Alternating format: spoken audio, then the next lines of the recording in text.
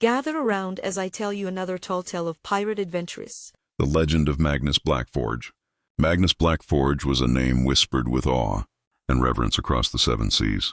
He was not a pirate, but no pirate could deny his importance to their world. A master shipbuilder, Magnus was renowned for creating vessels that were faster, deadlier, and more resilient than any others that dared sail the oceans. His ships, constructed in his secretive shipyard on Black Cove Isle, were the stuff of legend. Magnus was a towering man with a weathered face that seemed carved from stone. His hands were calloused from years of working with wood, steel, and flame. His methods were as mysterious as his creations.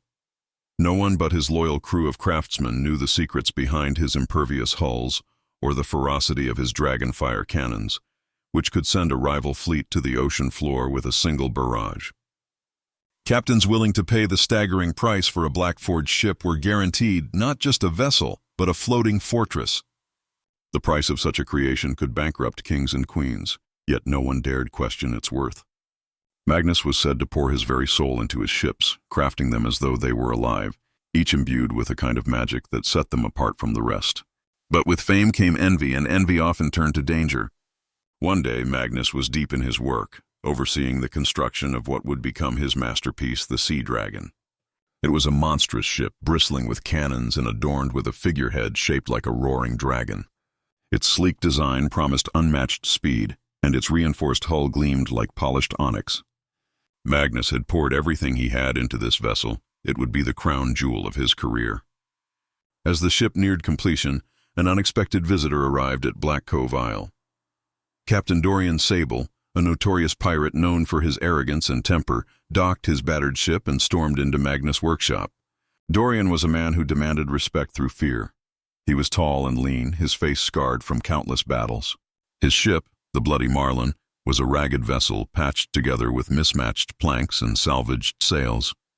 Dorian's envy of Magnus' creations burned hotter than the sun, and his inability to afford a Blackforge ship ate at him like a disease. "I want a ship, Blackforge!" Dorian growled, slamming a pouch of coins onto the table in Magnus' workshop. Magnus barely glanced up from his work. "That," he said, his voice calm and steady, "is not nearly enough." "Do you know who I am?" "I know exactly who you are," Magnus replied, finally meeting Dorian's gaze. "And I know you can't afford my work. Now, if you'll excuse me, I have a ship to finish." Dorian's temper flared. He drew his sword and pointed it at Magnus. "I don't think you understand, old man. I'm not asking. I'm telling." The room fell silent, the other craftsmen frozen in place as Dorian's threat hung in the air. Magnus, however, remained calm. Slowly, he set down his hammer and wiped his hands on a rag. "Put that away before you hurt yourself," Magnus said, his tone low but commanding. Dorian lunged, his sword slicing through the air. Magnus moved with surprising speed for a man his size, sidestepping the attack and grabbing a heavy wrench from the workbench. The two men clashed in a chaotic melee, the clang of steel ringing through the workshop. Dorian fought with wild fury, but Magnus was a man of precision. His movements were calculated, his strikes deliberate.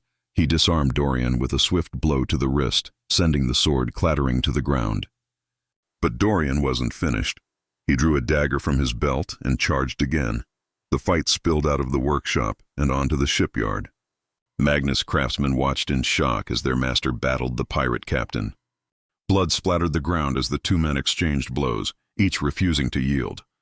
Finally, with a roar, Magnus delivered a crushing blow with the wrench, striking Dorian across the temple. The pirate collapsed to the ground, lifeless. Magnus stood over the body, his chest heaving. His crew gathered around him, their faces pale with fear and awe. "What should we do with him?" one of them asked, nodding toward Dorian's corpse. Magnus wiped the blood from his face and looked toward the Sea Dragon. A strange glint appeared in his eyes. "Leave him to me." In the weeks that followed, whispers spread across the seas. Sailors claimed that Dorian Sable's remains had been used in the construction of the Sea Dragon. Some said Magnus had used the pirate's bones to weave the sails, while others believed the wood of the ship's helm was infused with Dorian's blood. The most chilling rumor was that Magnus had bound the pirate's vengeful spirit to the ship, making it faster and deadlier than ever before. When the Sea Dragon was finally completed, It was a sight to behold. Its black sails seemed to shimmer with an otherworldly light, and its figurehead, the dragon, appeared almost alive. The ship sailed faster than any vessel before it, cutting through the waves like a predator. Its new owner, Captain Lila Vane, claimed it was the finest ship she had ever commanded. But even she admitted that strange things happened aboard the Sea Dragon. The air around it felt colder, and its sails seemed to move even when the wind was still.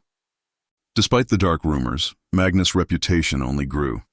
Pirates from every corner of the world sought his ships, willing to pay any price for a chance to command one of his legendary vessels. Magnus himself remained as enigmatic as ever, refusing to address the rumors about the Sea Dragon or Dorian Sable. Some said he was a genius, others claimed he was cursed, but one thing was certain: Magnus Blackforge was the greatest shipbuilder the world had ever known. His creations ruled the seas, their legend growing with each passing year. And as for the Sea Dragon, it continued to sail, its black sails cutting through the night like a phantom. Those who saw it whispered of the pirate's bones that gave it life, and the shipbuilder who had made it all possible.